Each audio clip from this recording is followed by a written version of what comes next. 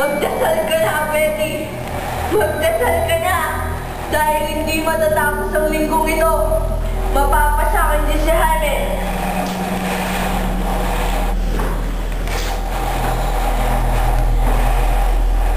At ikaw, Jaime, akin ka lang. Akin ka lang.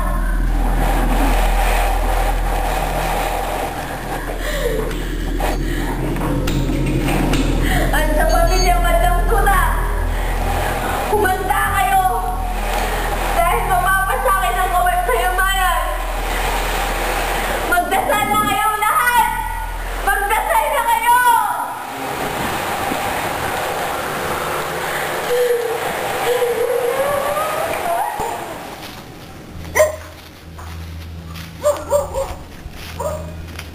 Sir, nakakatakot naman dito. Paano walang tao eh? Oo nga eh, huwag kang matakot, Lucio. Tuloy pa rin tayo. Ito na pala tayo, sir. Oo nga, mukhang walang tao. Bahay yata ng hayop to eh. Hindi po. Ito na siguro yung sinasabi ng bahay na mangkukulam. Pero saan naman natin nahanapin ang mapa dito, sir? Kinikilabutan na ako. Sir, magdidilim na po. Ipagpabukas na po natin ang paghanap dito. Agahan na po natin ang pagpunta. Sige, sige.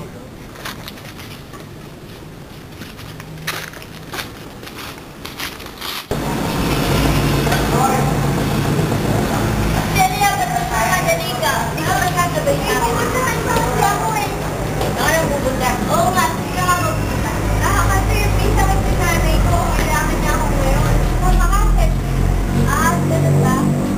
Sure. Paano nga kayo? Hindi, yung pisa na ako. Sige. Bye-bye. Wala na. Magkarap ka dyan.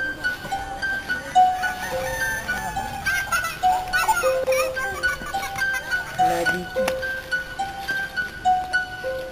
Dyan, nagkabay na dyan.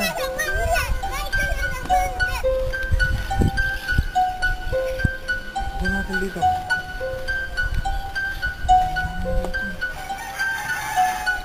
Oh. Ito na pala ang mapa. Dito na nakalagay ang kayamanan. Sa batong may simbolong X. Saan ba yung pala ito? Ano ba yun? Ayun, sir! Sir! Nasaan yung martilyo? Tulungan mo ako. Dali lang, dali lang.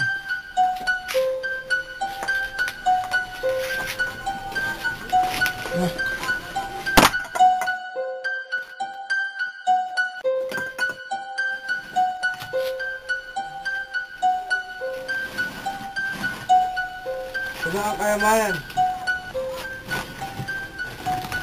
Sa wakas, sulit ang pagod natin. Lagyan muna natin dito.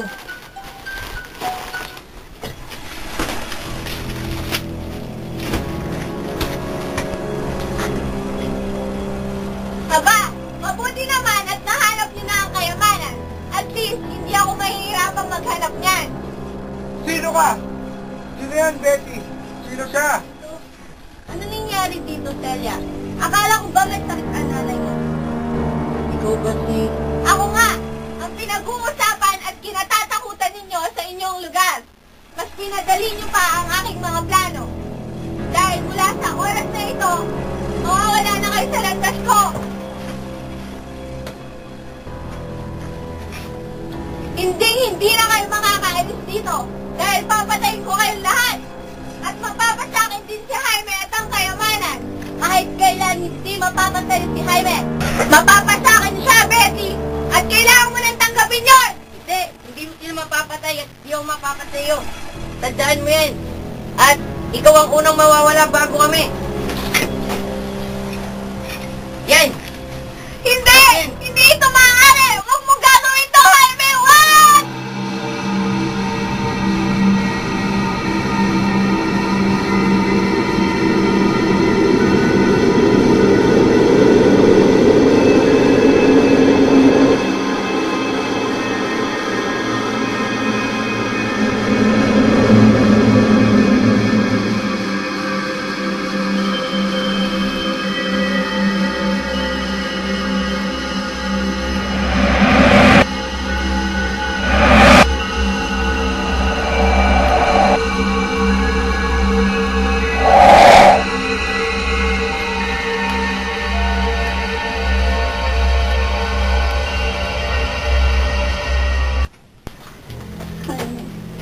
Bobeti?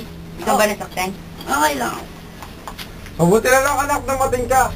Salamat. Walang anuman po yun. Salamat sa pagkakaligtas mo sa amin. Tara, umuwi na tayo. Buti pa nga.